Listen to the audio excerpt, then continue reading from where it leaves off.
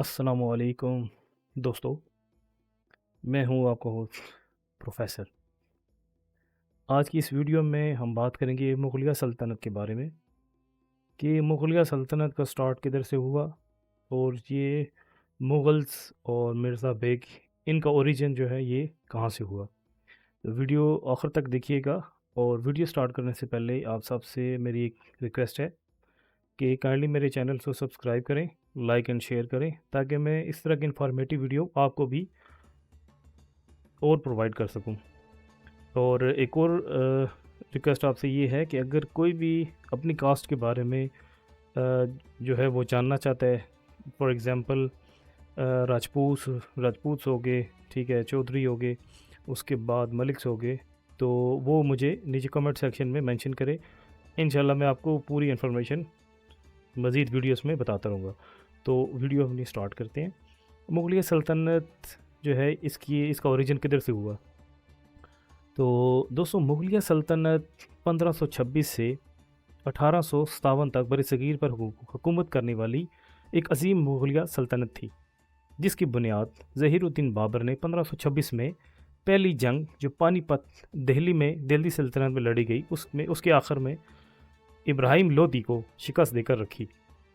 मुग़लिया सल्तनत अपने उरूज में तकरीबन पूरे बरसगीर पर हुकूमत करती थी, यानी मौजूदा दौर के अफ़ग़ानिस्तान, पाकिस्तान, भारत और बांग्लादेश के ममालिक पर मुश्तमिल खित्ते पर इनका दौर था।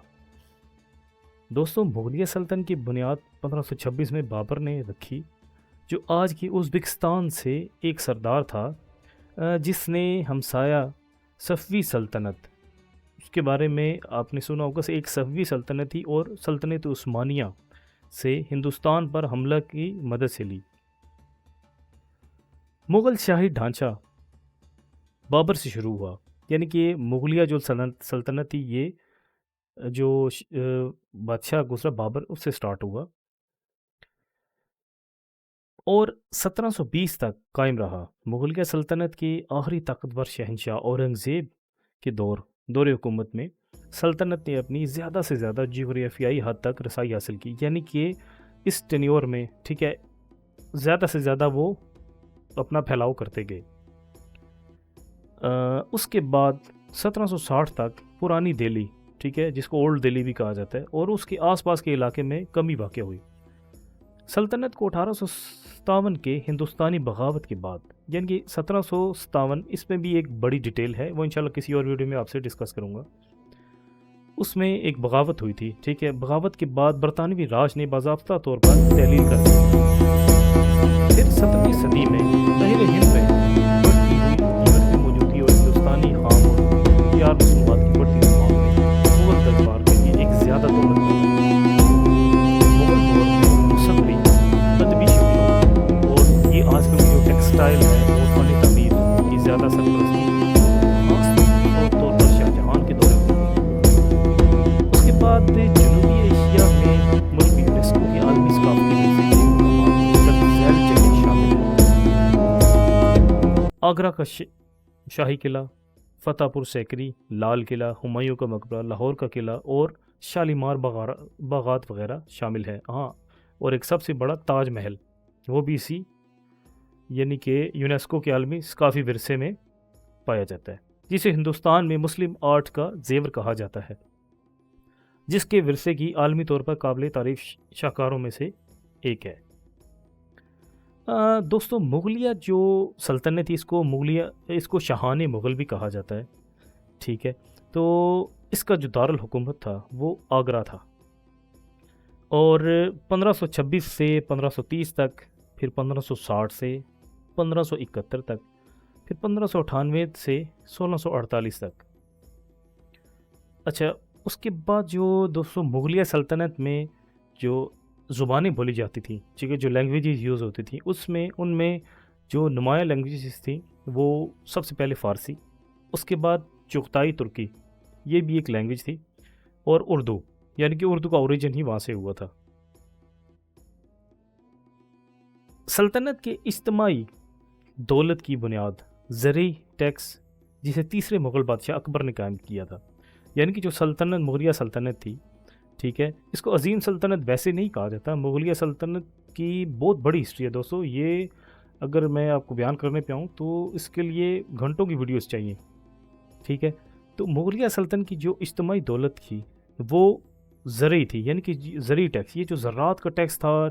تو یہ اس کا جو اوریجن تھا، یہ سٹارٹ تھا یہ مغلیہ سلطنت، مغلیہ دور میں اس کو سٹارٹ کیا گیا، اس کو شروع کیا گیا. جو ایک اچھا جیسے تیسرے مغل بادشاہ اکبر نے، جسے تیسرے مغل بادشاہ اکبر نے قائم کیا، ٹھیک ہے، اس ٹیکس کو، یعنی کہ اس نے اکبر نے رائج کیا.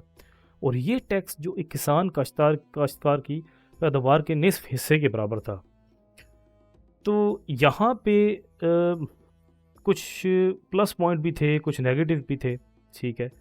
تو میں سمجھتا ہوں کہ اس میں ایک جو ہے اس دور میں ایک جبرن چیز یہ تھی کہ کسانوں پہ جو ٹیکس جو اس ٹائم پہ ڈالا گیا، ٹھیک ہے، تو وہ جو تھا وہ یعنی کہ جو کسان کی کاشتکاری تھی اس کے نصف کے برابر تھا. اور اس کو اچھی طرح سے ریگولیٹڈ چاندی کی کرنسی میں ادا کیا جاتا تھا. اس ٹائم چاندی کی کرنسی متعارف ہوئی تھی تو اس میں اس کو ادا کیا جاتا تھا، اور کسانوں اور کاریگروں کو بڑی منڈیوں میں داخل کرنے کا سبب بنتا تھا. اب اس میں بھی کچھ جو ہے پازیٹیو بھی ہے، نیگیٹیوٹی بھی ہے. ٹھیک ہے. تو یہ دوستو آج کی ویڈیو کا میرا میں کو ڈسکشن تھی کہ مغلیہ سلطنت کا اوریجن کہاں سے ہوا. انشاءاللہ اس کا نیکسٹ پارٹ جو ہے وہ بھی میں جلد اپلوڈ کروں گا. آپ کو مزید اس کے بارے میں، مغلیہ سلطنت کے بارے میں تھوڑی سی اور انفارمیشن اس میں دوں گا کہ اس کی تھوڑی سی وہ تاریخ جو تھی. اس کے بعد اس کی کچھ معیشیت کے بارے میں بات کریں گے. ٹھیک ہے. ثقافت کے بارے میں بات کریں گے. اور ہاں، فوج اور دفاع ایک یہ بھی اس میں ٹاپک ہوگا. اور سب سے مین ٹاپک جو مغلیہ سلطنت میں سمجھتا ہوں کہ ہسٹری میں آپ پوری ہسٹری اٹھا کے دیکھ لیں، جانشینی کی جنگیں جتنی مغلیہ سلطنت میں ہوئیں اتنی کسی سلطنت میں دیکھنے کو نہیں ملتی. تو انشاءاللہ نیکسٹ ویڈیوز میں آپ سے وہ بھی ڈسکس کروں گا. ویڈیو دیکھنے کا بہت شکریہ. ایک دفعہ پھر آپ سے ریکویسٹ یہ ہے کہ پلیز میرے چینل کو سبسکرائب کریں، لائک اینڈ شیئر کریں تاکہ میں اس طرح کی اور انفارمیٹیو ویڈیو آپ کے ساتھ شیئر کر سکوں. بہت شکریہ. اللہ حافظ. آپ کا دوست پروفیسر.